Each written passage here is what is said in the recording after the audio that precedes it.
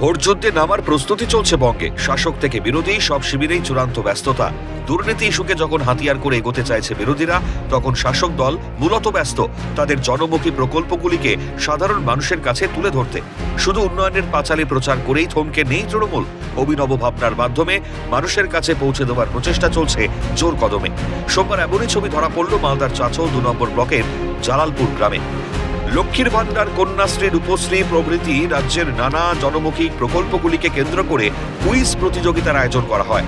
আনন্দধারা প্রকল্পের আওতাভুক্ত স্বনির্ভর গোষ্ঠীর মহিলাদের নিয়ে আলোচনা সভা অনুষ্ঠিত হয়।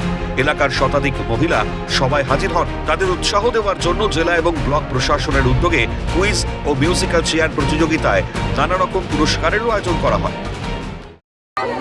বিডিও সাহেব এসেছিলেন আর রহিম বক্সি সাহেব এসেছিলেন, এসে আলোচনা করলেন মমতা ব্যানার্জির সম্পর্কে। সরকারি প্রকল্প নিয়ে জানলেন? হ্যাঁ, প্রকল্প নিয়ে। উত্তর দিতে পারলেন আপনারা? হ্যাঁ, অনেকেই পেরেছে। কতটা ভালো লাগছে? অনেক ভালো লাগছে। জালালপুর জিপিতে জালালপুর মহিলা সংঘের অধীনে যারা এসএসজি দল আছে, সব স্বনির্ভর দলের মহিলারা এখানে উপস্থিত হয়েছে। আমরা দেখলাম যে আপনারা এই প্রশ্নোত্তর প্রতিযোগিতায় সামিল হলেন, কেন? কারণটা কি কি প্রশ্ন করা হলো? এবং এখানে যে আমাদের মাননীয় মুখ্যমন্ত্রী মমতা বন্দ্যোপাধ্যায় যে প্রকল্পগুলো তৈরি করেছে, সেই বিষয় নিয়ে মহিলাদের সচেতন করলো যে কি কি প্রকল্প মানে দিয়েছে মমতা ব্যানার্জি আমাদের, সেগুলো নিয়েও তাদের কুইজ প্রতিযোগিতা হলো।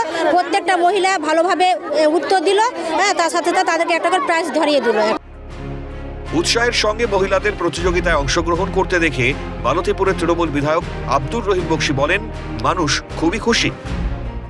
আজকে যে অনুষ্ঠানটা হচ্ছে এখানে, আমি বিডিও সাহেবকে বারবার ধন্যবাদ জানাবো যে তিনি এই অনুষ্ঠান করে মেয়েদেরকে আরও বেশি উৎসাহিত করেছেন আগামী দিনে সর্বনির্দিষ্ট তৈরি করে সরকারি অনুদান গ্রহণ করা।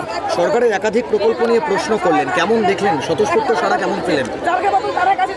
খুবই উৎসাহিত মহিলাদেরকে আমরা দেখেছি, তারা খুবই উৎসাহিত।